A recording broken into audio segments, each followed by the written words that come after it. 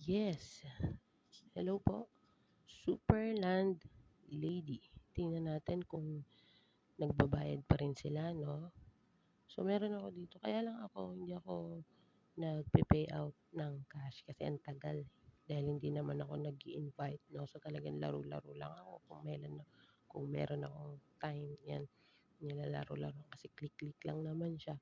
So, ako, nagpe-pay out ako through Lazada. So, tingnan natin kasi medyo matagal na rin ako nung huling nag-pay out, no? Tingnan natin kung magbabayad pa din si Superland Lady through Lazada. So, tingnan natin kung ilan yung laman ng aking Lazada wallet. Yung laman ng Lazada wallet ko, puro ano lang yan eh. Puro sa laro-laro. Yun, so ayan. So, 59.4. So, tingnan natin kung pag nadagdagan yan, pagtapos natin mag-pay out doon sa Superland Lady. So, ibig sabihin, nagbabayad pa rin siya. Okay.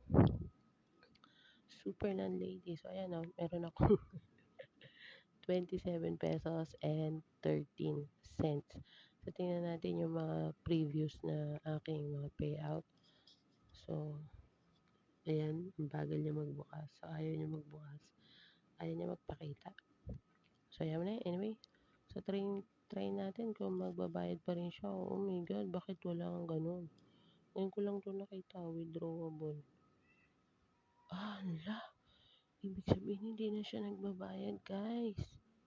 Tingnan natin, withdraw all. Ala, so ibig sabihin hindi na nagbabayad si Superland Lady? Wala na lumalabas mo, no?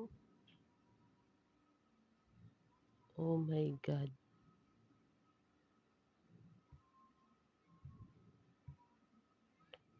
So, unknown host exemption. So, hindi ko alam kung hindi na siya nagbabayad or baka naghahang lang.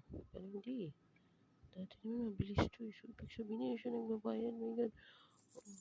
Oh my God. Sayang din yung 27 pesos ko.